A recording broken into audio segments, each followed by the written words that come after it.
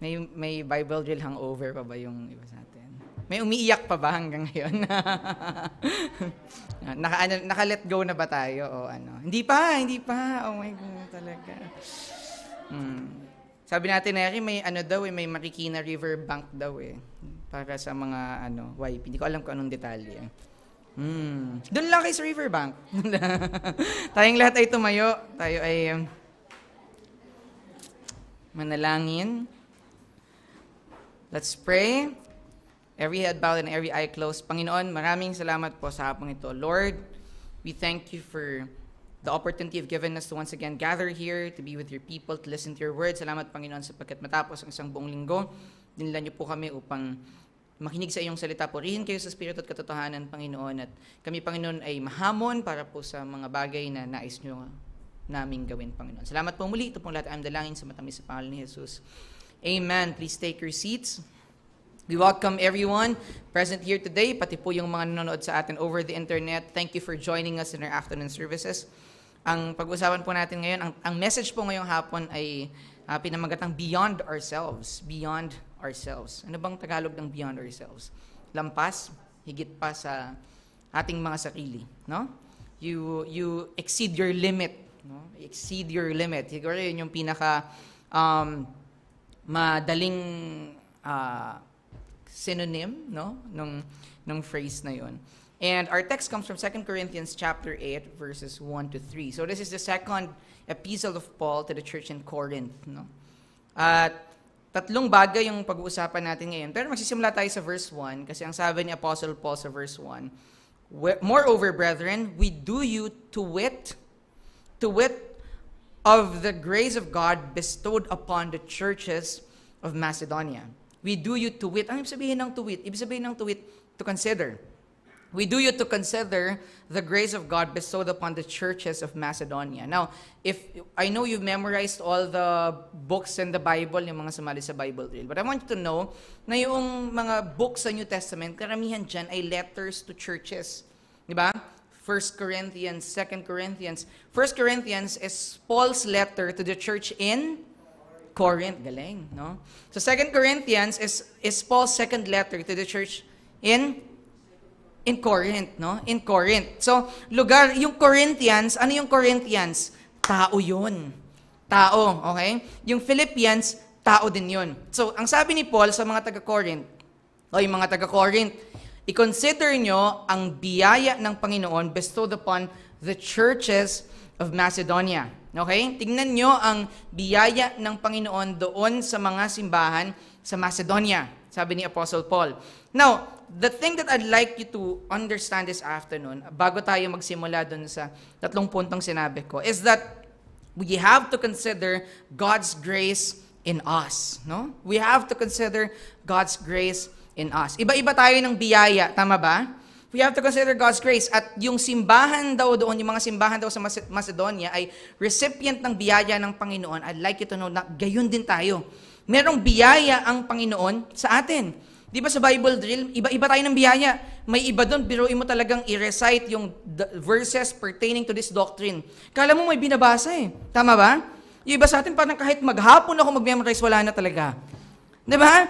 May iba isang tingin lang, kabisado, iba-iba ang biyaya. Consider the grace of God in you. Hindi ba? Iba-iba tayo ng biyaya. May ganun talagang tao. But what you have to realize right now is that you are here and that you are like that because of the grace of God. The Bible says in 1 Corinthians 15:10. Can you read that for me? 1 Corinthians 15:10. But by the grace of God, ready?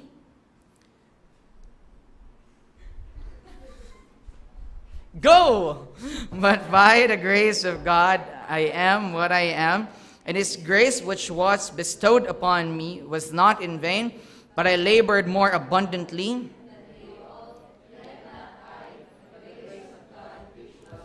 So lahat tayo may biyaya, at sabi ni Apostle Paul, kaya tayo ganito ngayon, lahat ng kaya nating gawin ay dahil sa biyaya ng Panginoon. Okay, do you understand that? Lahat ba tayo dito ay nakareceive ng biyaya? Yung kaligtasan pa lang, mensahe ng kaligtasan, biyaya yun Sapagkat undeserving tayo sa kaligtasan, amen? Diba? You know, we had the medical mission 2 weeks ago at isang bagay na pinapaunawa natin sa lahat ng kausap natin doon is that lahat tayo, walang mabuti sa atin on our own eh. Di ba? Tayo mukha lang tayong mabait. Tingnan nyo yung mga katabi nyo, mga nasa likod. Ang babait ng mga nandito sa church. Walang nag-aaway-aaway dito. Walang nagsisigawan. Okay? Walang tumataas ang boses. Walang nag-aaway-aaway. Walang nagtatalo-talo. Ang babait eh. Hindi ba? Oo. So, ang bait talaga. Sobrang bait talaga. So, ang sabi ng Bible, we are recipients of God's grace. Tumanggap tayo ng biyaya ng Panginoon. Amen? Diba? Tumanggap tayo ng biyaya ng Panginoon. Kasi kung tutuusin, pag pinasadahan natin yung moral law, yung sinabi ni Pastor Dait kaninang umaga, thou shalt have no other gods before me, thou shalt not bow thyself to another God, thou shalt not use the name of the Lord thy God in vain. Abat lahat siguro tayo may failure, tama ba? Sino dito ang nakapagsinungaling na? Nakapagsinungaling na ba kayo? Yes, oo. Sino dito yung nagnakaw na? Naku, hindi sure yung iba. Yung iba, nagdagdag pa ng isang kasinungalingan. So, lahat tayo, undeserving ng biyaya ng Panginoon, at yan lang ang dahilan kung ba't tayo nandito ngayon. We have to consider that. Tama ba? Consider the grace of God in you. Biruin mo, makasalanan tayo, madami tayong pagkakamali, pero naranasan pa din natin ang kabutihan ng Panginoon. Hindi ba? Sabi ng Psalm 34:8 sa atin, "O taste and see that the Lord is good." Do you agree with that? Is the Lord good? Amen? Amen? Sabihin nyo nga, the Lord is good. Diba? Mabuti ang Panginoon. You know, tignan mo lang yung nakaraang linggo. Ang daming nangyayaring kaguluhan sa paligid, pero every day, you see a hint of God's grace in your life. Amen? The fact that you are here right now is a testament to the grace of God. Oh, taste and see that the Lord is good. You know, this has been the subject of my devotion a few days back habang ako ay naglalakad sa dalampasigan at narinig ko ang alon ng dagat, no? At binasa ko, "Oh, taste and see that the Lord is good." You know, come to think of it, sa lahat ng mga pinagdadaanan natin, yung katotohanan na kaya pa din nating magtawanan, kaya pa din nating magsama-sama, at kaya pa rin nating kumilos para sa gawain ng Panginoon, para sa ibang tao. Yan ay patunay ng kabutihan ng Panginoon sa buhay natin. Amen? Pero mo sa kabila ng exams, di ba? Na kabila ng exams, kaya nyo mag-memorize ng Genesis hanggang Revelation. Iba may verses pa. Hindi mo naman pwedeng sabihin, "Sir, tsaka na ako mag-i-exam, meron kaming Bible drill." Hindi pwede, di ba? Paano natin nagagawa ang lahat ng yon? By the grace of God. Sa biyaya ng Panginoon sa atin. And so, the Bible says in 1 Peter 4:10, I want you to read this for me. Ready? Go. "As every man..."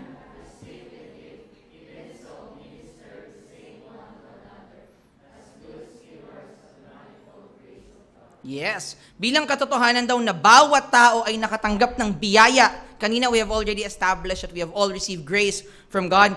Even so, ano daw gagawin din sa biyaya? Minister the same one to another as good stewards of the manifold grace of God. Sabi din ni Paul kanina "The grace of God in me was not in vain, but I labored more abundantly." So merong output yung biyaya. Kaya ako naman sinasabi to sapagkat napakarami pa nating gagawin. Matatapos na lang ang taon, dahil pa nating gagawin. Di ba? Sa Wednesday, anong meron sa Wednesday? Meron tayong Ecclesia Conference sa Tatalon, no? Wednesday, Thursday, and Friday, no? Holiday yung Wednesday. Perfect opportunity to be at the conference, okay? Ecclesia, kanina, iba sa inyo siguro na-realize nyo, ay, akala ko hindi ako makapunta ng Wednesday. Pero holiday pala. Sino ditong natuwa na holiday yung Wednesday kaya kaya nyong pumunta? Oh, 'di ba? So, iba talaga yung kabutihan ng mga Tagalaytos Bible Baptist Church Pasig Mission. So, as everyone, ang lagi kong sinasabi, ganito lang yan kapag binigyan ka ng Panginoon na biyayang pumunta ka. Kasi pwede namang pilay ka na, nakaratay ka na di ba? Di ba? Hindi ba biyaya ng Panginoon na may abilidad kang pumunta? So, pumunta ka. Kung wala ka lang din ibang maayos na dahilan, pumunta ka. As every man hath received the gift, even so minister the same one to another as good stewards of the manifold grace of God. And I put emphasis on the term stewards. Anong ibig sabihin ng steward? Tagapamahala ng manifold grace of God. Ang sabihin ng manifold, many and different types. Iba't ibang biyaya ng Panginoon sa buhay natin. And so there, sa dami ng gagawin natin, I think napakahalaga ng mensahe ngayong hapon. Kasi ang mensahe ngayon ay beyond ourselves. Yung tipong ubos ka na, wala ka nang kayang ibigay, pero kailangan mo pa ding magbigay. Have you ever experienced that? Now, the challenge is for us to do like the churches in Macedonia. Kasi ang sabi doon, we do you to wit of the churches in Macedonia, how that, and this is their context, I'll pick all my points from the context of the churches in Macedonia. And it says here, how that in a great trial of affliction. 2 Corinthians chapter 8 verse 2. How that in a great trial of affliction. Alam niyo ba, noong unang panahon, ang gospel hindi naman free sa pag-expand, no? May mga unbelieving Jews na yung mga sumusunod sa Panginoong Hesus, kanilang pinapersecute. They persecute those who follow the Lord Jesus Christ. At dahil doon, itong mga churches in Macedonia, actually, ang tinutukoy dito, kasama dito yung church at Thessalonica. Ano yung mga letters dun sa church at Thessalonica? 1 Thessalonians and 2 Thessalonians. You know, sabi ng 1 Thessalonians 1, 6 to 7, and ye became followers of us and of the Lord, having received the word in much affliction with joy of the Holy Ghost. Noon, kapag sila tumanggap sa Panginoon, tinatakwil ng pamilya. Alam niyo ba yon? I remember si Tatay Abante, tatay ni Pastor Ruben at ni Pastor Benny, ang kanilang nanay ay sarado katoliko ang family.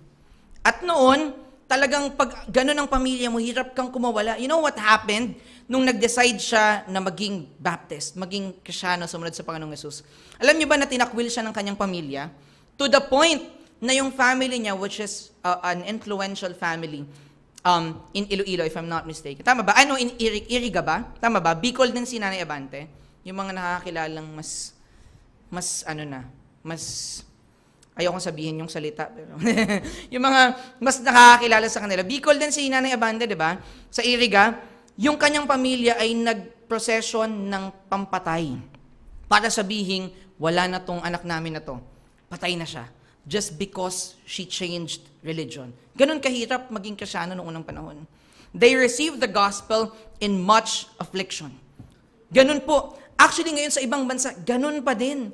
Pag ikaw, sinabi mo na follower ka ng Panginoong Hesus, yung ibang tao talagang pinapersecute. Physically.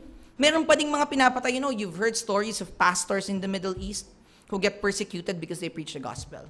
Now, itong churches sa Macedonia, they were willing to give themselves beyond their problems.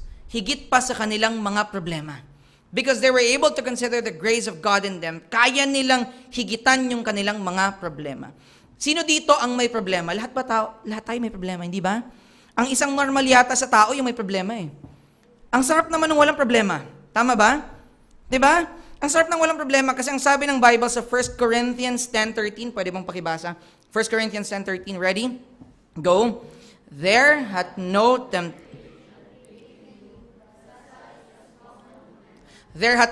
temptation taken you but such as is common to man. Ano ibig sabihin ng common? Common. Natural, nangyayari sa lahat ng tao. Now, kung tao tayo, may problema. You know, there are people who want, gusto ko mag-abroad. Gusto ko mag-abroad para mabawasan naman yung problema ko. Pag ikaw ba, nandun ka sa Amerika nakatira, may problema pa din ba doon? Meron pa din. Alam niyo, I have a cousin who is in the US at ang sabi niya, napaka-unfair naman itong society namin. Kasi have you heard of the concept of unemployment allowance? Unemployment allowance. Narinig niyo na ba 'yon? Sa ibang bansa, merong unemployment allowance. Halimbawa, nawalan ka ng trabaho, makakuha ka ng sweldo sa gobyerno. At yung sweldo mo, sapat sa bahay, sapat sa pagkain sa araw-araw. O, di ba? Ngayon, etong pinsan ko, syempre nagtatrabaho yung pinsan ko, naisip niyo, ang unfair naman ito, yung hindi nagtatrabaho, ang laki ng nakukuhang support. Ang hirap, di ba? Namumroblema din sila. Ngayon, sa ibang bansa, alimbawa, nagkaroon ka ng trabaho, kumita ka ng konti, madidisqualify ka sa support. Hirap din ang buhay. Ang daming tao sa ibang bansa, hirap din. Akala mo pag nag-abroad ka, mawala problema mo? Ang hirap din. You know, there are a lot of things to think about. At isang bagay na kailangan natin ma-realize, ang problema ay common sa tao. Di ba? Common sa tao. Lahat ng tao may problema. Okay? Kung may alam kayong taong walang problema, paglala niyo sa akin. bibigyan natin ng problema. Lahat ng tao may problema. Lahat ng tao, yan ay common sa atin. Common to man. Yan ang sabi ng Bible. But God is faithful who will not suffer you to be tempted above that you're able. Alam nyo, bilang mga mananampalataya, although we encounter problems, you're not exempt from problems, right? Sa bahay, sa eskwelahan, sa trabaho, may problema tayo. Pati sa mga sarili natin, most of the time, we have problems. But the Bible says, the Lord will not allow us to be tempted, to have problems beyond that we are able. Ibig sabihin pala, kaya ka may ganyang problema, sa pananaw ng Panginoon, sa kanyang perfect judgment, kaya mong dalhin yung problemang yan. You may have big problems right now. I mean, hindi ko naman kayo kausap lahat ng person to person. But I know you have problems, but I'd like to assure you the Bible says, whatever problems you have right now, the Lord gave them to you because He knows that you can carry that problem. Minsan sa mga estudyante, no, may mga prof na minor subject, akala mo major kung magpa-exam at magpa-project. Minsan yung mga kaledsi ko pinapakita sa akin, mo kaya Abel, magpa-requirement isang bagsakan para pareho ng deadline. Tama ba? Minsan yung mga teacher dito, okay yung ganyan. Diba? Minsan, hindi nag-iisip. No? So, mabigat yung problema, diba? Estudyante kayo ng problema mo eh.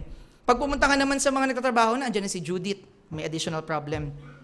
May deadline ka na sa office, may Judith 1, Judith 2 ka pa, Judith ng Meralco, Judith ng tubig, ng credit card, all sorts of problems. But, the Bible says, there hath no temptation taken you, but such as is common to man, but God is faithful, who will not suffer you to be tempted above that ye are able. Let us participate, let us give beyond our problems. Because your problems, they are Father filtered, the Lord knows that He can carry them. Alam niyo, kahit si Apostle Paul para siyang giant in the faith. Pag binasa mo ang New Testament, walang ibang apostol na kasing dami ng ginawa ni Apostle Paul. Biruin mo, si Apostle Paul, dami niyang journey. Meron siyang first missionary journey, second missionary journey, third missionary journey. Ang dami niyang pinuntahan. Diba? I mean, tayo ngayon, pag may mga iba dito na sobrang sipag, wala tayo sa kalingkingan ni Apostle Paul. Si Apostle Paul, ang dami niyang naturuang tao. Pero, kahit siya po may problema. Even he encountered problems. The fact is, every time we do something for the Lord, laging magkakaroon ng challenges at problema. Hindi ba? You know, we have our anniversary on December 10 and 11. Right now, we praise the Lord because out of the target na 150, meron na tayong 57 na fully paid. Amen? Praise God, no? 57, 150, 57, ilan na lang? 93. Galing mag-minus ng 100 yung sagot, ha? 93 na lang, no? Merong partially paid na 26. May partially paid na 26, 65 na lang yung unpaid. And, you know, we expect that most of the payments will come in towards the month end. Mahirap to, di ba? Kasi madami tayong iniintinding problema eh. Correct? Madami kang ibang iniintindi. Pero, we are able to participate beyond our problems by the grace of God. Amen? Beyond our problems. Sabi ni Apostle Paul sa 2 Corinthians 4:8-10, this is a very beautiful verse. It says here, we are troubled on every side. Tama ba yan? We are troubled on every side. Lahat na lang parang bumabagyo ng problema, yet not in distressed. Biruin mo, ang dae mong problema, pero pag pumunta ka dito ng Sunday, maayos ka pa din, hindi ka mukhang stressed. Tama ba? O mukha na ba tayong stressed ngayon? Hindi na kinakaya, no? We are troubled on every side, yet not in distress. We are perplexed. Ay, ibig sabihin po ng perplexed, confused. Nalilito din ba kayo minsan? Yet not in despair. Nalilito pero hindi nawawala ng pag-asa. Persecuted but not forsaken because the Lord Jesus Christ is always with us. Cast down but not destroyed. Always bearing about in the body the dying of the Lord Jesus, that the life also of Jesus might be made manifest in our body. Ibig sabihin, kahit sa likod ng problema, yung buhay ng Panginoon nakikita pa rin sa atin. You know, sometimes ang problema, isang suntok lang sa atin, bagsak tayo, no? Diba? Minsan, si Kuya Drew, may kinikwento siya sa akin na katrabaho niya, naka-discover ng problema sa health. Problema sa health, na common sa maraming tao. Okay? Condition to ng maraming tao. Pero after niyang madiscover, na may problema siya sa health. Hindi mo na siya makausap. May ganun ba kayo? Hindi mo na siya makausap. Nawalan na ng buhay. Tayo po, may problema tayo, pero hindi tayo dapat kailanman mawalan ng buhay. Because true life in Jesus Christ is already in us. Amen? Problems should not be able to overcome us and kill us. Because the Lord has already overcome death through His death so that we can live. Ang buhay po natin ay nasa Panginoon na. So we can go beyond our problems. Not only beyond our problems, ano pang sinabi sa 2 Corinthians 8:2? Pakibasa nga. How that in a great trial of affliction, ready? Go. How that in a great trial of affliction, the abundance of their joy and their what? Deep poverty. Hindi lang problema ang challenge sa kanila. Not only their problems, but what? Deep poverty. Beyond their poverty. Beyond our poverty. We should be able to serve the Lord faithfully beyond our problems, beyond our poverty. Grabe, anong inflation rate sa recent report? Anong inflation rate? 7.7%. 7.7%. Kung iisipin mo, ibig sabihin yung 100 pesos dati na item, kung 7.7% ang inflation, halos 108 na ngayon. When I was working for a research firm, ang inflation rate pa lang 3 to 4% controlled. Ngayon, 7.7% pwede nyo nang ipang-exchange gift yung sibuyas dun sa Swipe Christmas Party sa December 10 and 11. Nagulat ako kasi kumain kami kila Ate Noe nung last week. Nagpabili ng kamatis, 10 daw isa. Pati sibuyas, ang mahal. Pero talagang tayo beyond our poverty. Parang hindi affected ng inflation ng mga taga-lighthouse. Nag-8785 pa eh. 'Di ba? Iba talaga yung biyaya ng Panginoon, 'di ba? Nakakapag-Starbucks pa. Sabi dito, sila po, they are in deep poverty. Wala sa ating masyadong mayaman, pero wala sa atin ditong may deep poverty. Bihira ang may deep poverty. Alam niyo sa Pilipinas, sa totoo lang, more than 70%, more than 80%, almost 90% of Filipinos are low income or poor. Ganun po ang Pilipinas. Pero palagi ko bibihira dito yung merong deep poverty. Minsan kapag kami ay nag-field, kasi ako, I had the chance to go to the outskirts of Davao, of Cebu, titignan namin yung mga iba't ibang klase ng tao sa Pilipinas. Alam niyo, may ibang tao, doon talagang yung bahay na lang nila, hindi mo matawag na bahay eh. No? Maiba doon, talagang, kung ito yung kwarto, yan na yung galawan nila. Diyan na sila natutulog, diyan sila kumakain. Walang table, kasi sa sahigan table eh. Ganon kahirap. Now, meron ba sa ating nasa deep poverty? Bihira sa atin ang ganyan. Pero itong churches sa Macedonia, anong sinabi?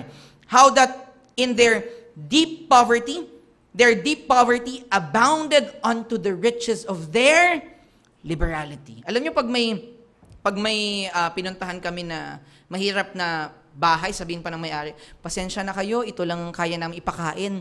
Kahit mahirap, kaya magbigay, no? Beyond their poverty. Sometimes, you have to understand that giving is not always exemplified by those who have something to give. Minsan yung mayaman, yung marami masyado, minsan hindi mo pa sila masahang magbigay eh. Yung kakarampot lamang, yun pa yung nagbibigay and you'll be surprised. I remember the story of the widow in the New Testament, kung saan meron lang siyang 2 kusing. 2 kusing lamang. Pangkain niya na sana, widow siya eh. Noon sa Bible, di naman nagtatrabaho ang mga widow. Okay, hindi pwedeng sumideline ang mga widow sa Bible. Pero itong widow na to, meron lang siyang 2 kusing. 2 kusing lamang. Subalit, binigay niya pa yon. Kasabayan niya, mga yayaman eh. But they gave out of their excess. This widow, she gave her life. And so the Bible is also telling us, these churches in Macedonia, the abundance of their joy and their deep poverty, kahit mahirap, masaya, abounded unto the riches of their liberality. Mahirap kayang maging mahirap. I was watching the news last night sa NKTI, National Kidney Transplant Institute. No?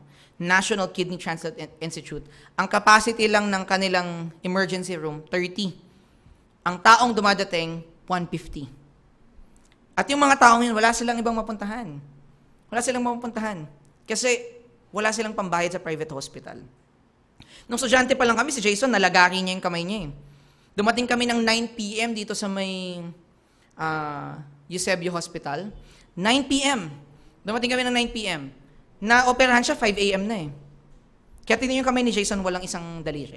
Hindi, kinaya pa naman. Nakapag-antay until 5 a.m. Pero can you imagine, napakahirap, hindi po ba?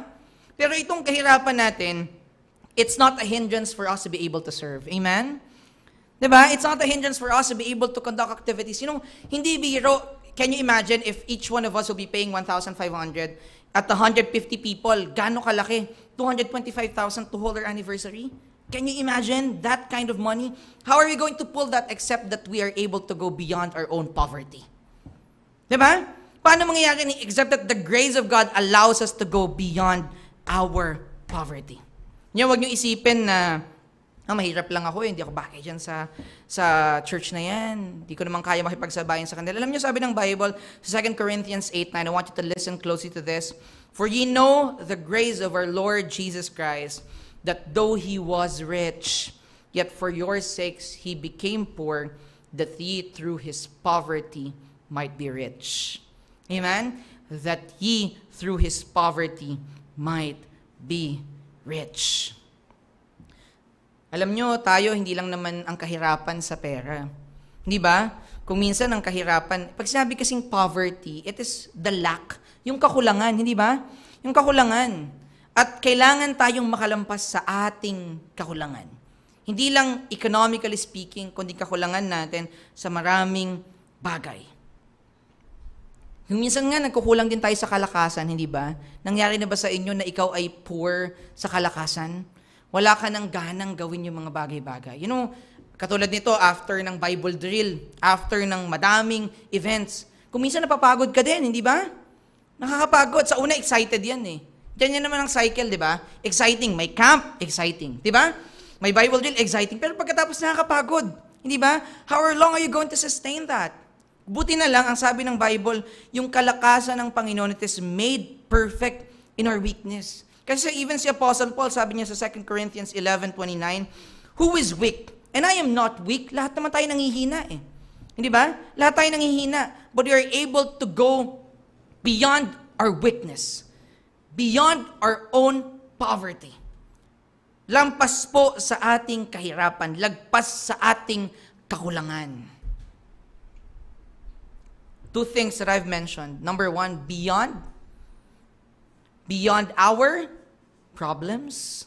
Number two, beyond our poverty. Higit sa ating problema, higit sa ating kahirapan. You know, I appreciate the fact na kahit lahat tayo ay may kanya-kanyang pinagdadaanan, kanya-kanyang kahirapan, aba kaya pa din nating magpatuloy sa paglingkod sa Panginoon. When we see each other here, parang okay lang lahat, di mo alam pinagdaanan sa bahay, hindi ba? Di mo alam pinagdaanan. Yung nakipag-gitgitan ka pa sa commute mo para na makaabot dito, hindi ba?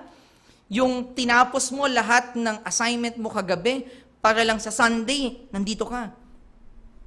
Lahat ng yan po by the grace of God. Beyond our problems, beyond our poverty, and lastly, beyond our power. Beyond our power. You know, I remember a song which we used to sing before. Sabi nung kanta, He giveth more grace. He giveth more grace. Sabi dito, He giveth more grace when the burden grows greater. He sendeth more strength when the labors increase. To added affliction, He addeth His mercy. To multiplied trials, His multiplied peace. Para bang sinasabi nung kanta, ang Panginoon laging yung biyaya niya, kaya niyang magdagdag ng biyaya. Di ba't kung minsan, sa buhay natin, you know, I can only speak for someone who is working, kasi working ako ngayon. Yung mga nagtatrabaho dito, ba sumasahod tayo? Tama ba? Hindi ba't binabudget mo yung pera mo sa isang buwan? Tama ba? Tama? Ay, hindi kayo nagbabudget. Okay. Binabudget mo yung pera mo sa isang buwan. Ito pupunta dito, pupunta dyan. Tama ba? Tama ba? O sa estudyante, kahit allowance, binabudget mo ito pang 8785, ito ang pang, tama ba? Ito ang pang soft drinks, ito ang pang kape, iba-iba, di ba? Binabudget mo. Ngayon, paano kapag Patapos na ang buwan, Petsa de Peligro. Parang ngayon, anong date ba ngayon? Anong date ngayon? November 27, ilang araw bago ang sweldo. Tama ba? Narinig niyo na ba yung Petsa de Peligro?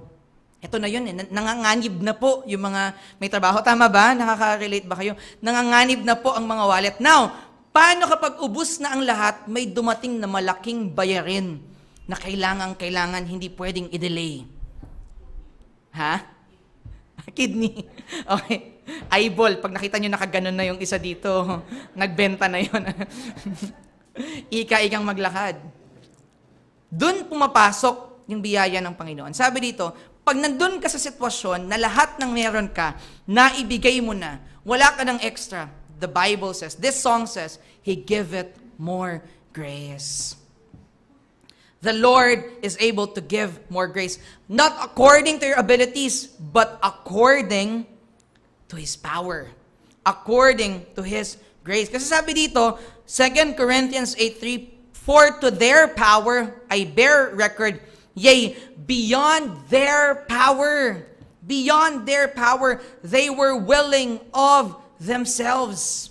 Higit pa sa kanilang kakayanan, they were willing of themselves. That's what the Bible says. Higit sa kanilang kakayahan. Now, alam niyo po, kailangan nating ma-realize na ang lahat ng ginagawa natin hindi ayon sa ating kakayahan. Kasi pag ayon lang sa ating kakayanan, mag-fail yun. Di ba?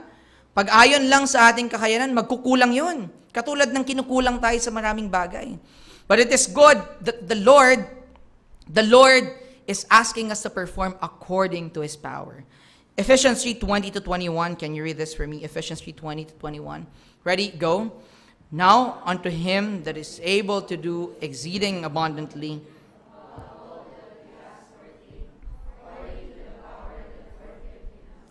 Unto Him be glory in the church by Christ Jesus throughout all ages, world without end. Amen. Ibig sabihin, yung pagbibigay pala natin ng kapurihan sa Panginoon, it is based not on our power, but according to the power that worketh in us. Sabi dito, unto Him that is able to do exceeding abundantly above all that we ask or think. Higit pa sa ating hinihingi at iniisip. He works in us. He works in us. Alam niyo, siguro testimony dyan yung CWOP natin kasi may pangangailangan tayo pero higit sa ating iniisip, the Lord provided. You know, and I'm confident in our anniversary, December 10 and 11, higit sa ating iniisip, higit sa ating kaalaman, higit sa ating hinihiling, the Lord will be able to provide beyond our power. Beyond our power. That's how we give Him glory. Alam nyo, kahit sa testimony natin, makikita nyo sa Bible yung phrase na beyond our power, according to the power of God. Hindi according to your power, kundi according to the power of God. Have you ever invoked that when there's something that you have to go through? Kung minsan, ang hirap din kaya na may gagawin ka para sa Panginoon at sumasabay ibang bagay, pero kailangan mo i-invoke that it's not according to your power, but according to the power of God. 2 Timothy chapter 1:8 says, be not thou therefore ashamed of the testimony of our Lord, nor of me his prisoner, but be thou partaker of the afflictions of the gospel according to the power of God. Ayon sa kapangyarihan ng Diyos. Ibig sabihin pala, mga kapatid, kapag tayo ay may ginagawa para sa Panginoon, it must be beyond our problems, beyond our poverty, beyond our power. Doon natin mas nakikita ang biyaya ng Panginoon. 2 Corinthians 12:9 says, and He said unto me, my grace is sufficient for thee, for my strength is made perfect in weakness. Most gladly therefore will I glory in my infirmities, that the power of Christ may rest upon me.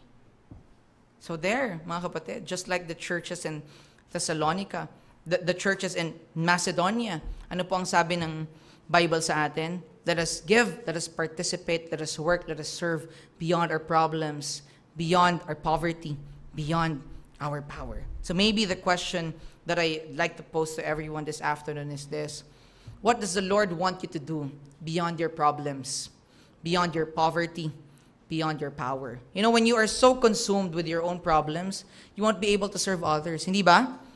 Pag consumed na consumed ka sa sarili mong problema, you won't be able to serve others. Can you try and think for a while? Can you think for a while and ask yourself, am I so consumed by myself? Am I so self-focused that I cannot serve the Lord and other people? You know, sometimes, because tayo po, yung iba sa atin, meron tayong mga grupo na pinaglilingkuran dito sa loob ng simbahan. Sino dito ang part ng isang small group? I think majority of us, part ng isang small group. And sometimes, kahit hindi kasama sa small group natin, meron tayong mga kinakausap na young people. And one time, there's this young person who asked me a very valid question. Nang sabi niya sa akin, Kuya Bel, ikaw ba totoo bang may pakialam ka o sinasabi mo lang to out of responsibility? Naisip niyo na ba yung ganong tanong? Kuya, may pakialam ka ba talaga o ginagawa mo lang to out of responsibility?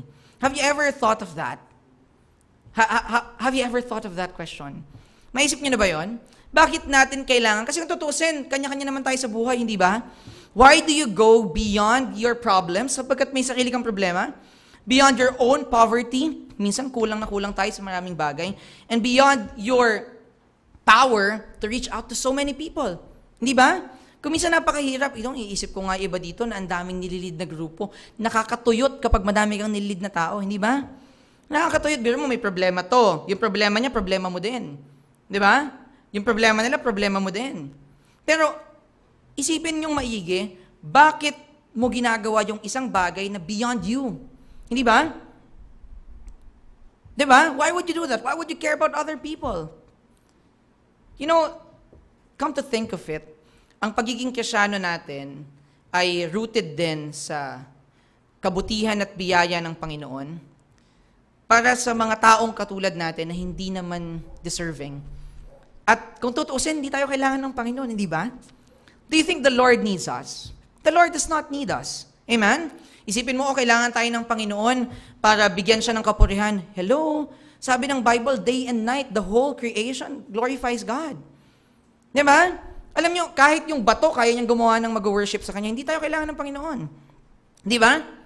But by His grace, He chose you, though you are undeserving, so that beyond your problems, beyond your poverty, beyond your power, you can serve Him. Kung isipin mo, bakit natin kailangan gawin to? Bakit natin kailangan gawin to? You know, it is out of thankfulness sa biyaya ng Panginoon ay pinagkaloob niya sa atin. Aren't you thankful for the grace of God? Amen? We started with that. Consider the grace of God. Oh, taste and see that the Lord is good. You know, the expression of thankfulness sa biyaya ng Panginoon ay hindi lang na ipapakita sa pagsasaayos mo ng sarili mo. But I think it's a higher level of gratefulness when you're able to serve others because of the grace of God in you. Gamit ang biyaya ng Panginoon sa iyo. Beyond just doing something for yourself, the Lord calls you to do something for other people, for His church, for His ecclesia, beyond your problems, beyond your poverty, beyond your power. Tayong lahat ay tumayo, and while you are standing, I'd like to read the lyrics of this song entitled "To Give It More Grace."